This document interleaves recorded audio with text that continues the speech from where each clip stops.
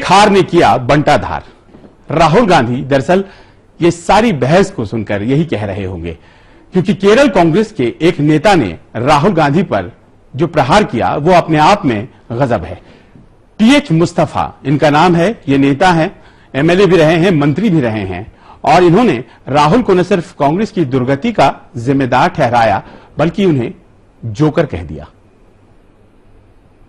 सबसे पुरानी पार्टी में सबसे बड़ी हार के चलते अंदर ही अंदर घमासान मचा हुआ है। केरल कांग्रेस के वरिष्ठ नेता और पूर्व मंत्री टीएच मुस्तफा ने हार के लिए पहली बार सीधे तौर पर कांग्रेस उपाध्यक्ष राहुल गांधी को जिम्मेदार ठहरा दिया है और प्रियंका को आगे लाने की वकालत कर दी है।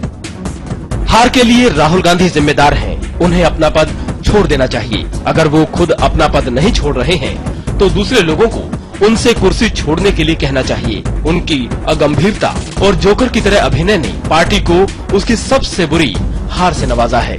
मैं तो उनसे सहमत नहीं हूं। मुझे लगता है कि जिस पद पर राहुल जी हैं उससे हमें फायदा मिल रहा है और उस फायदे को पूरे के पूरे हमें उठाना चाहिए। और जहां तक कि प्रियंका जी का सवाल है, मैं भी चाहता हूं कि वो हमारे नेतृत्व में शामिल हों, लेकिन ये एक निजी निर्णय है जो उन्हीं को लेना होगा। राहुल के बचाव में उतरने वाले मणिशंकर अकेले कांग्रेसी नहीं है। दिग्विजय सिंह ने तो अपनी ओर से उन्हें लोकसभा में नेता विपक्ष के तौर पर प्रस्तावित भी कर दिया है, जिसको लेकर सहयोगी भी चुटकी लेने लगे हैं। देखिए, मेरा ख्याल है कि ये साइकोफेंसी है और कम से कम अब तो साइकोफेंसी छोड़ना चाहिए कांग्रेस लीडरों को और वस्तु स्थिति के अनुसार फैसले लेने चाहिए। मैं समझता हूं कि अभी भी लोगों में साइकोफेंसी को में कंपटीशन हो रहा है। अब कांग्रेस पार्टी के लोग, कांग्रेस पार्टी के नेता, कांग्रेस पार्टी के कार्यकर्ता अपने नेताओं को क्या कहते हैं इस पर हमें कोई टिप्पणी नहीं करनी है, लेकिन इतना जरूर है कांग्रेस ने जो बोया है वही काट रही है। अभी तक कांग्रेस पार्टी पूरे समय अनर्गल बयानबाजी और अहंकार में चौतरफा चूर थी और जिस समय उसको आत्मचिंतन का समय आया तो उस समय वो आपस में ही कुश्ती करने लगे हैं।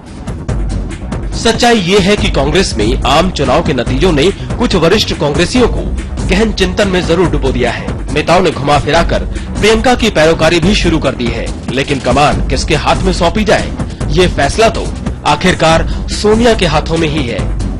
समय के लिए ब्यूरो रिपोर्ट।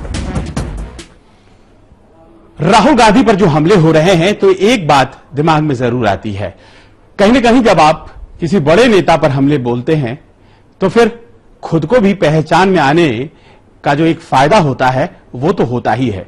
मुस्तफा साहब का नाम आपने भी नहीं सुना होगा, हमने भी नहीं सुना था, लेकिन आज मुस्तफा साहब के बयान की चर्चा हो रही है, जोकर कह दिया था।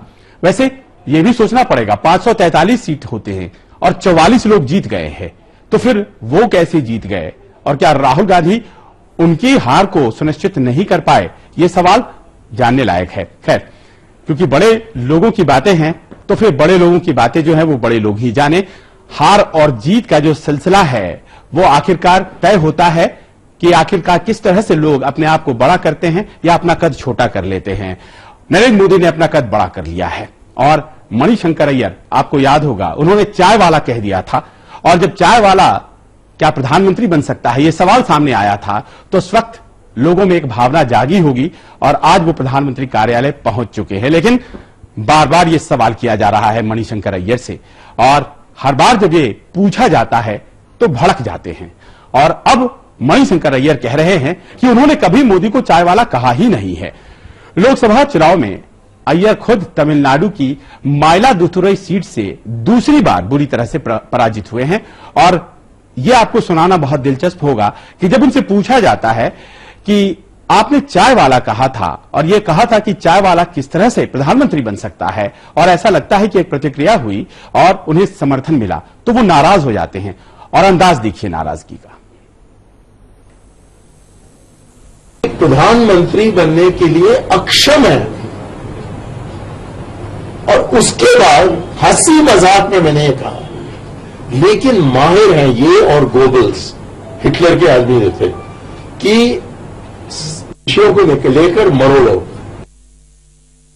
मैंने कभी चाय वाला का शब्द इस्तेमाल नहीं किया। आप देखिए, सब रिकॉर्ड पर है, क्योंकि कोई टीवी चैनल नहीं था जिसने कि उसे दिखाया नहीं। मैंने कभी चाय वाला का शब्द इस्तेमाल किया? किसने किया? मोदी ने किया। उनके पीछे जो घूमते हैं उनके भक्त और उनके मुरीद, क्या तालियां बजाते हैं, क्या हंसते हैं, और आप लोग उनके साथ जुड़ जाते हो। इसको लेकर आप समझते हो कि उन्होंने जीता? मैं इतना प्रभावी हूं कि एक लतीफा कहने से मोदी को मैंने प्रधानमंत्री बना दिया। बहुत बहुत शुक्रिया। ये बकवास है। शायद ये बकवास है, लेकिन मणिशंकर अय्यर साहब की जो नाराजगी है वो खिसियाहट है। और इस खिसियाहट में एक बार मैंने जब उनसे ये सवाल कर दिया था तो गाड़ी में बैठते बैठते दरवाजा बंद कर लिया था उन्होंने झटके के साथ। इस सवाल का जवाब नहीं देना चाहते हैं, लेकिन लोकतंत्र है। लोकतंत्र में अगर आपके पास आंकड़े हैं तो आप नेता हैं, और मणिशंकर जी और उनकी पार्टी के पास आंकड़े नहीं है। सच्चाई यही है। सच्चाई एक और है, और वो ये है कि आजकल उत्तर प्रदेश में बिजली बहुत जा रही है, बिजली गुल।